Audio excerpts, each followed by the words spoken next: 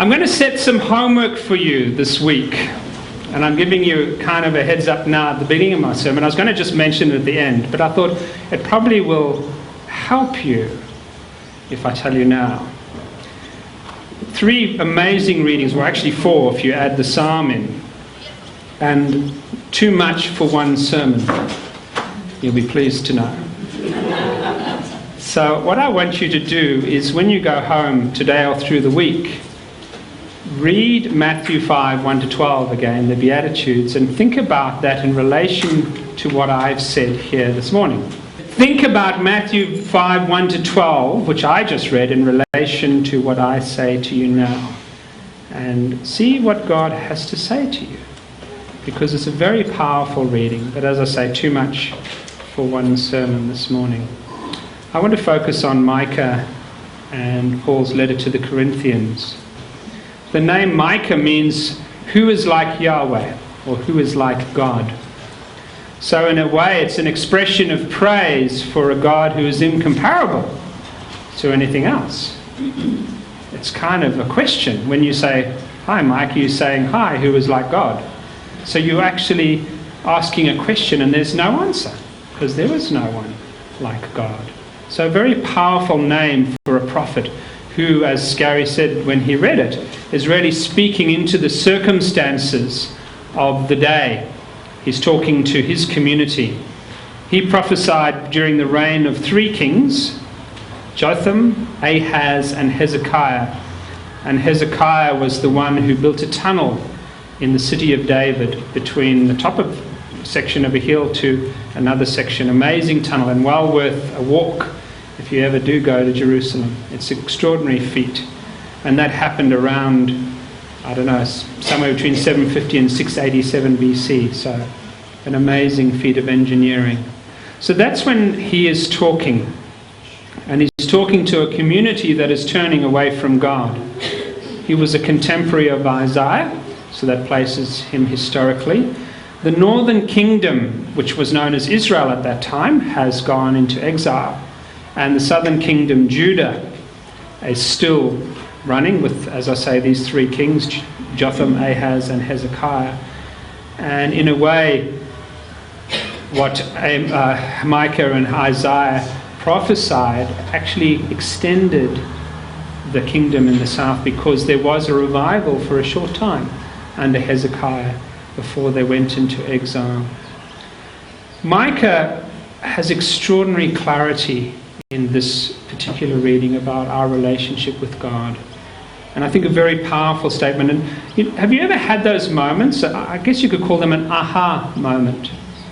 Something's going on, things are happening around you, and suddenly you think, okay, that's what that's about.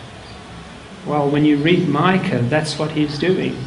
He's having this moment of clarity about how they as a nation have turned from God, and they are in trouble.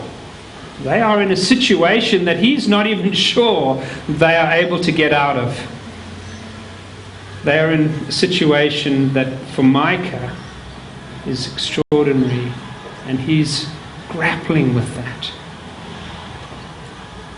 Verse 3, O my people, what have I done to you? In what have I wearied you? Answer me. What have I done to you, and what have I wearied you? Those are the words of God through Micah. And I hear a grief in those words. I hear a pain in those words. I hear loss in those words. God, in a sense, looking at his children that he's done so much for and saying, what have I done? I won't say what have I done wrong, because clearly God didn't do anything wrong. It was them. But God is responding to that through Micah and asking a question. And one of the challenges, I believe, for us as Christians is to walk in that situation where, like God, the things that break his heart should break our hearts. The things that God sees as awful and tragic in our community, we should feel that same sense of pain and loss, so that we can speak into those situations. The things that God finds bad in our community, we should see with clarity are wrong, and the things that God rejoices in, we should rejoice in as well. This year we, as a church, are talking about the year of discipleship and power. And how better to disciple people than if the heart of God is what moves your heart, whether it be for good or whether it be for things that are painful. My people, what have I done to you? In what have I wearied you? Answer me. God could be saying that to Toowoomba or to Australia today. It's very current. If we look around at our community, our country, how many things are happening in Australia? And I don't talk about the disasters of the last few weeks. I'm not talking about those things. But the change in moral values, the things that our government is allowing and endorsing, that years ago we would have said absolutely not. Experimenting on embryos. The Second World War, people were horrified. The Germans did that. We do it in Australia. Doesn't that break the heart of God? Shouldn't it break our hearts? I mean, that's just one thing of many things that, in my opinion, as a pastor, as an Australian, I think we have stepped away from God. Now, it doesn't happen overnight. It happened gradually. Gradually. You know, like putting a frog in boiling water while you put it in cold water and you turn up the heat. If you put it in boiling water, it'll jump out. But if you turn up the heat, it will get boiled without even knowing. And that, I think, is what happened in our country. And that is what God is speaking through Micah in his day. It didn't happen straight away, but it took time. And as the leaders of the nation turned away, so the nation turned away. They had an opportunity when Israel, the nation, went into exile. They had a chance to turn back. Quite clearly, God was saying, look, if you don't turn back to me, this is what will happen to you. It was right there on their doorstep. Just slightly north of Jerusalem is the area of the northern, what was known as the northern kingdom of Israel, or more commonly known as Israel. This will happen to you. And they didn't listen. They had a chance. God continues, I brought you up from the land of Egypt. I redeemed you from the house of slavery. I sent before you Moses and Aaron and Miriam, that you may know the saving acts of the Lord. I brought you up from the land of Egypt. I redeemed you. God is demonstrating to them or reminding them of his great acts. Every year when you have a Passover meal, you will remember those actions. You will talk about being a slave in Egypt as if you were there, because it brings to memory the people and reminds them of where they've come from, so that they don't repeat the mistakes of the past. And how often do we hear that statement, history repeats itself? Why? Because we didn't learn. We didn't learn from the last time, and so we come back to that same place. If you're going through life and you're finding yourself in the same place again and again, ask yourself, what should I have learned the last time I was at this place? Because clearly you're not learning it. Because if you did, you wouldn't find yourself there again. That's what God is saying. The temple was still there. Because Jerusalem was part of the southern kingdom, they still were able to sacrifice animals, and the priest would go up to the high altar and so on, and into the Holy of Holies each year and do all those things. That was still part of the life of the kingdom of Judah. And so naturally, Micah's, in a way, his mind turns to that, because God's saying, what have I done to you? How I've redeemed you, I've done all these things. Remember what I've done. And Micah's saying, okay, well, how do we get back to that place where we were in this close relationship with God? How do we find ourselves walking again with God? But as you hear these next verses, you will see or hear a growing sense of futility. Micah's clearly saying, well, that's not working. With what shall I come before the Lord and bow myself before God on high? Shall I come before him with burnt offerings, with calves a year old? Well, that's reasonable. That's what they did. If you sinned, you killed something, and then that atoned for your sin. If the nation sinned, they killed an animal, in this case a lamb, for the nation. The priest, as I've said a few times, the priest would go up to into the sanctuary in the temple. He would kill a lamb for himself and his family, and then for the city of Jerusalem, then for the nation, and ultimately for the world. That's what he was doing. He was sacrificing something to atone for the sins of his personal, corporate, and then the community sins. That's what he was doing. So Micah's response, how about I come up with a calf a year old? Okay, well, will the Lord be pleased with thousands of rams? Let's do something dramatic. Thousands of rams. Will 10,000 of rivers of oil be enough? I mean, it's becoming absurd. 10,000 rivers of oil. It's not enough olives in the world to do that. But what is he saying? What will be enough to bring this nation back into relationship with God? What should I do, God? Shall I give my firstborn for my transgression, the fruit of my body for the sin of my soul? So if a calf isn't enough, if 1,000 rams aren't enough, if 10,000 rivers of oil are not enough, what about if I give my own son? Will that be enough, God? And it's rhetorical, because he knows it's not. He recognizes that there wasn't enough that he could do to atone for the sins of that community. An extraordinary thing, given they had a sacrificial covenant with God. When we do wrong, we sacrifice something. So he has clarity because he recognizes that all the sacrifices in the world cannot pay for the sins. He reminds them of Abraham. If you think of Abraham, what happened? He's called by God. God says to him, I will make a nation of you.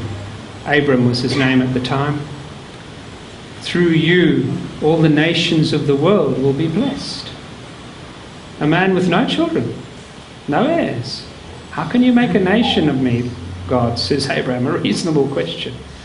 And of course, 20 plus years later, Isaac is born. And then a few years later, God says to to Abraham, I want you to sacrifice your son to demonstrate your faithfulness to me. Now, it seems absurd to us, but at the time, Abram lived in the land of Canaan, and that's what people did. They sacrificed their children for the sake of their worship. So he probably thought, well, this God that I thought I knew is probably no different from the Canaanite gods. But what does God do? He says, take your son, your only son, even dramatic emphasis from God. But when he gets to that place, God provides a sacrifice on Mount Moriah. God provides. God turns it around, and this child that is the child of promise continues to be the child of promise. And God continues to be faithful. When the children of Israel came out of Egypt, what did God do? He said, let's have a Passover before you go out. As in a sense, a testimony of what's going to happen. Call yourselves free before you are free, so that you will know that I have done it. And so they have that Passover meal, and then they leave and go into the Sinai desert and ultimately into Israel.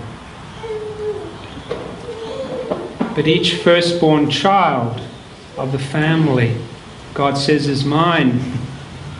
And so they had to sacrifice an animal to redeem their own firstborn child. What is God saying? He's saying, that is mine, but I give it back to you as a response to your actions. But none of this is enough, says Micah.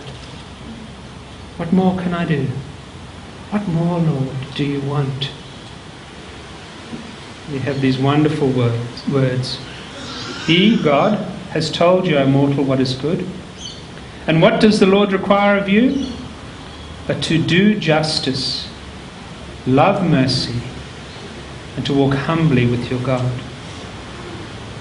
Do justice, love mercy, walk humbly. That's all God's asking. Micah says, with what shall I come before the Lord? With what shall I bow myself before God? That's his question. And God says, do justice, love mercy, walk humbly. It's a strange response. And in a way, justice and mercy often seem incongruent. When was the last time you saw there was a court case of some horrendous crime? And how often do we then say, well, why did the judge give such a light sentence? How come that person seems to have got away with it? Why are we not seeing, something more done to that person? They deserve that. Whatever the court will throw to them and more. Isn't that our response? And yet here God is saying justice and mercy. Two, in some ways, diametrically opposite things. It's very fortunate, I believe, that God does show us justice and mercy. Because if we got the justice we deserve, we don't mind somebody else getting the justice they deserve. But we don't feel so confident when we are the one receiving justice. You know what the thing about mercy is? The hard thing?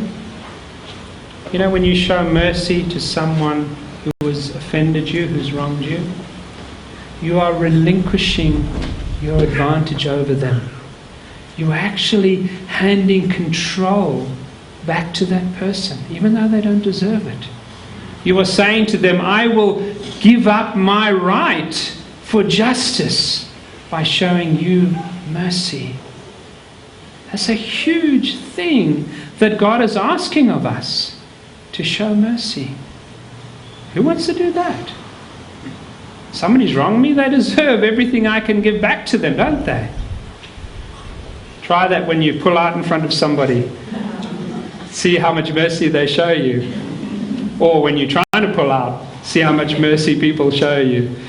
Actually, they're not so bad now when we drive out here in the morning during the week. People are actually quite good now in letting us out. But often people just keep driving and they look straight ahead. They won't look at you so that they don't have to show you mercy. It's true, isn't it? Micah's very clear though. He says, do justice. So we have to act justly. And then he says, love mercy, which sounds almost passive. Well, I think it sounds passive. Maybe you don't. But actually, love is not a passive word. True love is a verb. It's an action word. True love creates an activity in us. So when God says to Micah, love mercy, he's not saying, just say, well, it's good that we have mercy in the world. He's saying, you need to be the one who shows mercy. You need to be the one who actively seeks out. So when somebody offends you, Jesus would expect you to be the one to go to them and fix it up. That's what loving mercy is about. It's not a value the world holds. The world holds the value that says if somebody offends me, I don't have to show them any mercy. I should give them as good as I got, and if not better, if not even more. Mercy is setting free somebody who doesn't deserve their freedom. Why would we do that? Because God set us free when we didn't deserve it. While we were still sinners, Christ died for us. He didn't wait till we said sorry. He didn't wait till we responded to the call. He didn't wait till we were in a good relationship with God. He died before that so that we could be set free. As Jesus says, freely you have received, freely give. As you receive mercy freely, freely give mercy. So how do we do that? I believe we can only do that when we literally walk humbly with God. And by walking, I mean walking in relationship with Him, being in relationship with Him. I noticed the sign while I was away. We've got a new sign that says something about get some exercise, walk with God. And I think, yeah, that's really good. It's a very powerful statement. Because when we walk with God, it means we are obedient to God. We are following His way. Doesn't mean just literally walking with God, and that's a good thing. I often think of in the Genesis account with Adam when he walked with God. It's a beautiful thing. Except when they sinned. And then God is walking in the cool of the day. And He says, Adam, where are you? And that cry of God still continues today. Adam, man, woman, where are you? Where are you? That's what breaks God's heart. Having to keep asking, where are His children? The ones He loves. We're walking with God, I hope. Hopefully all of you are. If you're not, talk to me afterwards. Don't come up now, but talk to me afterwards. Really important. We walk with God. So, we receive unearned grace and mercy. We walk humbly with God, meaning in a right relationship with God. So that begs the question, are you walking in a right relationship with God? Now I look around the whole room because I don't know if you're not, okay? So if you think I looked at you, there was no intent there. Are you feeling the love of God? I believe that's the only way we can do justice, love mercy, and walk humbly with God, when we feel the love of God in our lives, when we feel God responding, or us responding to God and Him to us. That's the only way we can effectively do this. Paul says this, the message about the cross is foolishness to those who are perishing, but to us who are being saved, it is the power of God. To us who are being saved. So if what I'm saying means nothing to you, then I suspect you're not being saved. Because you're not walking in a relationship with God that makes these words make sense. And the only way we can, I believe, really understand this is by being cross-eyed. Looking at God through the lens of the cross. Is when we look at God through the lens of the cross, we have that same clarity of vision. We are able to understand what Micah has said in the context of the death and resurrection of Jesus. Not without that. See, Micah lived in a time when they sacrificed animals to atone for their sins, and he realized that was not working. Because if it was working, then the community would have been right with God and would have walked with God. The leaders of the community would not have sinned. The community would not have ended up in exile. No different from Australia today. A community that's slowly turning away from God. We have a lawsuit against having chaplains in schools. Who would have thought? Who would have thought? You know, chaplains do an extraordinary job. They change children's lives. I am certain there are many young people who have not gone down a path of destruction because a chaplain happened to just tap them on the shoulder and say, you are loved, you are special, you are important. And somebody wants to sue to stop children being loved in the school. That's what it is. Who would have thought? In our society. To us who are being saved. See, God's justice requires an atoning sacrifice. And God knew there was only one thing that was good enough for us, and that was to become human. To become a human like us, and to give up his life. When John the Baptist saw Jesus, he said, "Behold, the Lamb of God, who takes away the sin of the world." He had clarity of vision. He saw clearly in that moment who Jesus was. And his disciples turned from following him and followed Jesus. Amazing story. 2 weeks ago was the gospel reading with that. Just amazing. God chose what is foolish, says Paul, in the world to shame the wise. God chose what is weak in the world to shame the strong. God chose what is low and despised in the world, things that are not, to reduce to nothing things that are, so that no one might boast in the presence of God. If you're feeling insignificant, if you think you have nothing to offer, if you feel that you're the least gifted person in St. Bart's this morning, as you look around, if you're thinking, wow, I wish I could play the guitar, like if you think you could get up and wish you could read like Gary or Leslie did, or play the organ or drum, I cannot. That's one thing. I mean, I can play the guitar in time, but I get confused between my hands and my feet when I drum. But if you think you are not gifted enough, you are the best candidate for God. You are the very person that God is looking for to tap on the shoulder and say, I have something special for you to do. Because the least gifted is the least likely to boast in their accomplishments. The most gifted people are the ones that we look at and say, wow, I wish I could be like them. The least gifted, we say, wow, look at what God's doing in their life. Isn't that awesome?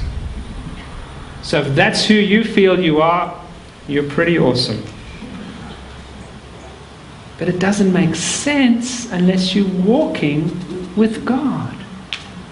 Paul says this, we have this treasure in clay jars, so that it may be made clear that this extraordinary power belongs to God and does not come from us.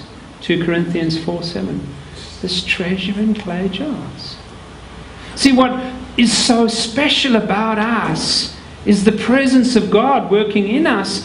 And in a sense, that's like a clay jar that has a treasure that is hidden until we allow God to shine in our lives. And when that happens, people look at us and say, wow, that's extraordinary.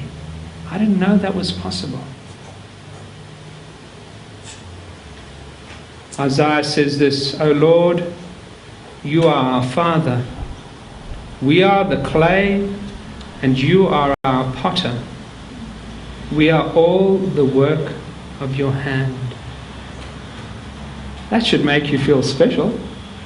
I would hope it would. You are the work of God's hand. The God who created everything we can see and more. The God who put the stars into place, who created out of nothing this world and the universes and the galaxies. That same God takes you in his hands and he molds you. He shapes you because you are precious to him. You are important. Now, sometimes it's a painful process. If you imagine a lump of unformed clay on a potter's wheel, and what it actually has to go through before it becomes a beautiful vase or a pot or something useful, if you imagine that, it's a painful process. But in the end, it's worth it. Because God is shaping you into something extraordinary.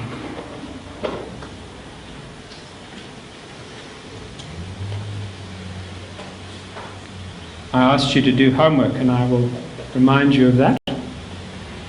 And your homework is to read Matthew 5, 1-12 in relationship to what I have said, and hopefully in relationship to your own life. There's a beautiful song which is directly from the scriptures. Let the weak say I'm strong. Let the poor say I'm rich. Let the blind say I can see. Now that doesn't make sense until you hear the last verse. It's what the Lord has done in me. So when you go today, think about that. That's a testimony. When the weak says, I'm strong, because it's what the Lord has done in me, they're testifying to what they believe God is going to do. Let the poor say, I'm rich, is a testimony of what they believe God is going to do. Let the blind say, I can see. It's a testimony of what they believe God is going to do. But it only makes sense when you recognize it's what the Lord does. It's what the Lord does. And that's what Micah had clarity of vision to see. Whatever else they did, none of it was effective until they understood it's what the Lord has done in me. Amen.